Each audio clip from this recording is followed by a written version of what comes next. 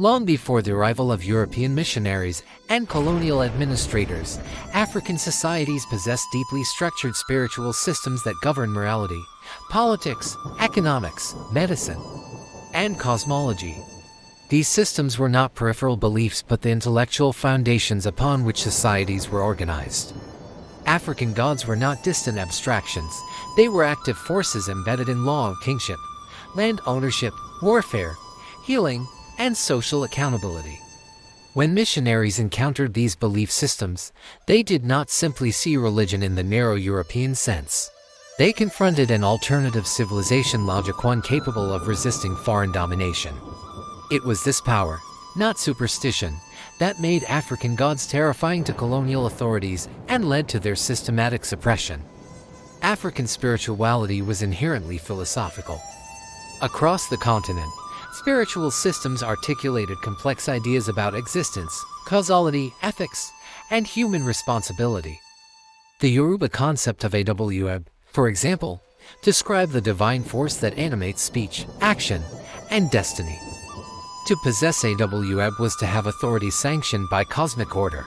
Similarly, the Akan concept of Sunsum and Kra distinguished between spiritual personality, divine destiny, and moral accountability. These were not primitive notions but metaphysical frameworks addressing questions European theology claimed monopoly over. Missionaries, trained to recognize theology only when it resembled Christianity, failed or refused to acknowledge this depth. African gods were also political institutions. Deities such as Ogun among the Yoruba, Shango among the Oyo, Nyam among the Akan, and Katana among the Baganda were intertwined with governance. Kings ruled not by divine right in the European sense but by ritual legitimacy. Their authority depended on correct spiritual alignment, moral conduct, and public accountability enforced by priesthoods and councils. If a ruler violated sacred law, drought, famine, or military defeat were interpreted as spiritual consequences, justifying removal from power. This meant African political systems possessed internal checks and balances rooted in spirituality. To missionaries and colonial officials, this fusion of religion and governance posed a direct threat to colonial authority. Missionaries were particularly unsettled by the accessibility of African gods. Unlike Christianity, which centralized divine mediation through churches and clergy, African spiritual systems often allowed direct interaction between humans and the divine. Through divination, ritual, possession, and ancestral communion, ordinary people could challenge leaders, interpret cosmic will, and mobilize collective action. Oracles such as Ifan Yorubaland or Orochukwu and Igboland functioned as judicial and diplomatic institutions. They resolved disputes, sanctioned wars, and validated treaties. Colonial regimes understood that as long as these spiritual authorities remained intact, their control would remain fragile. The fear intensified because African gods were not passive under conquest. They adapted when Europeans arrived with guns, trade goods, and Christianity. African spiritual systems responded by reinterpreting events within existing cosmologies. Foreigners were often understood as agents within the spiritual order, not its masters. In some cases, Europeans were viewed as manifestations of older prophecies or as temporary forces whose power would eventually fade. This flexibility allowed African societies to resist psychological domination. Missionaries, who believed conversion required total mental submission, saw this resilience as dangerous. The moral independence embedded in African spirituality was another source of alarm. African ethical systems did not rely on fear of eternal damnation but on communal harmony, ancestral judgment, and immediate consequences. Wrongdoing disrupted cosmic balance, affecting harvests, fertility, and health. Justice was restorative, not purely punitive. This ethical autonomy undermined missionary narratives that portrayed Africans as morally lost. Without Christianity, worse still, it exposed contradictions in European conduct. Africans observed missionaries preach love and humility while colonial authorities practiced violence, land theft, and racial hierarchy. African gods, by contrast, demanded reciprocity and accountability even from rulers. The role of ancestors deeply unsettled missionaries. Ancestors were not worshipped as gods but honored as morally perfected humans who maintained interest in the living community. This continuity between the living and the dead contradicted Christian doctrines of heaven, hell, and final judgment.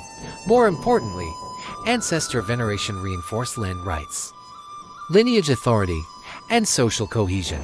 Colonial governments sought to break communal land ownership and replace it with individual titles that facilitated extraction.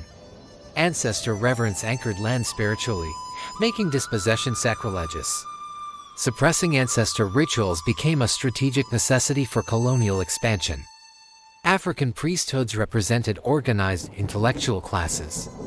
Diviners, healers, rainmakers, and ritual specialists possessed extensive knowledge of astronomy, botany, psychology, and oral history. Their authority rested on results.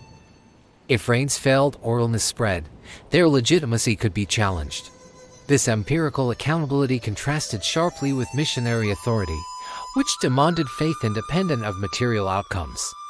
Colonial regimes recognized that African priests could mobilize resistance by framing colonial rule as cosmically illegitimate. Consequently, priests were often targeted, exiled, or publicly humiliated to break spiritual morale. The banning of African gods was rarely immediate. Initially, missionaries attempted syncretism, translating Christian concepts into African spiritual vocabulary. However, this approach backfired. Africans interpreted Jesus as a powerful spirit within their cosmology, not as a replacement for it. Churches became sites of spiritual negotiation rather than submission. When this failed, missionaries shifted to outright demonization.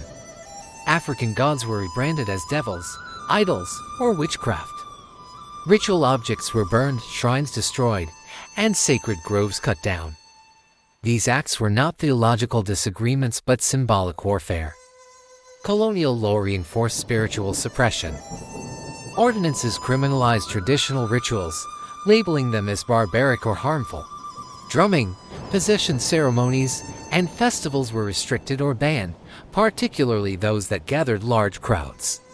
These measures were justified as public order concerns, but were designed to dismantle collective identity.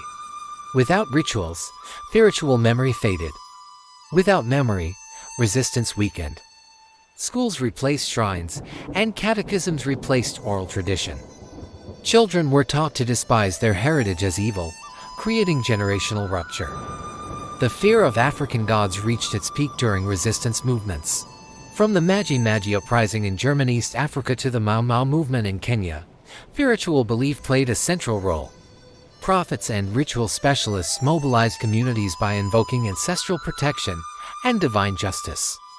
Even when such movements were militarily defeated, they terrified colonial authorities because they demonstrated that African spirituality could still unify diverse groups against imperial rule. Suppression intensified accordingly. Missionaries often claimed they were saving souls, but colonial correspondence reveals a different motivation. African spirituality was identified as an obstacle to labor discipline, taxation, and resource extraction. Gods that demanded communal obligation interfered with forced labor systems. Ritual calendars disrupted plantation schedules.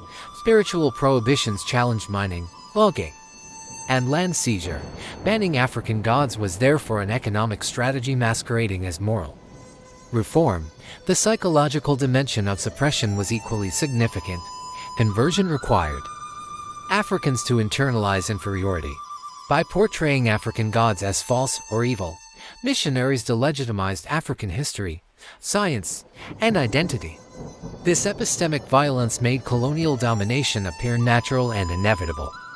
When Africans rejected their gods, they also rejected their right to self-definition. Christianity became not just a religion but a civilizational reprogramming tool. Yet African gods were never fully defeated.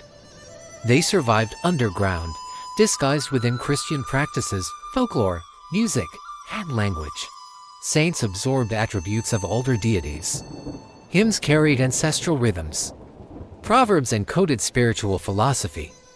In the diaspora, African gods crossed oceans, re-emerging in new forms such as Vodun, Santeria, Kandambal, and Obeah. Their survival exposed the failure of total suppression. Today, renewed interest in African spirituality reflects a broader reclamation of history. Scholars increasingly recognize African spiritual systems as sophisticated knowledge frameworks rather than relics of superstition. Communities are restoring shrines, reviving festivals, and re-examining ancestral ethics. This revival unsettles modern institutions for the same reason it unsettled missionaries. African gods represent autonomy, continuity, and resistance to imposed narratives. The terror missionaries felt was not fear of demons but fear of competition. African gods offered meaning without Europe, morality without Christianity, governance without kings crowned by foreign powers. They anchored people to land, ancestry, and collective responsibility. To rule Africa, colonial authorities had to break these anchors. The banning of African gods was therefore not an accident of misunderstanding but a calculated act of domination. Understanding this history forces a reconsideration of colonial narratives. African spirituality was not destroyed because it was weak but because it was strong. It threatened the ideological foundations of empire. It reminded Africans that they had always possessed systems capable of explaining the universe, organizing society, and resisting injustice. The continued survival of these spiritual traditions stands as evidence that despite centuries of suppression, Africa's gods were never truly silenced, they were merely waiting to be remembered.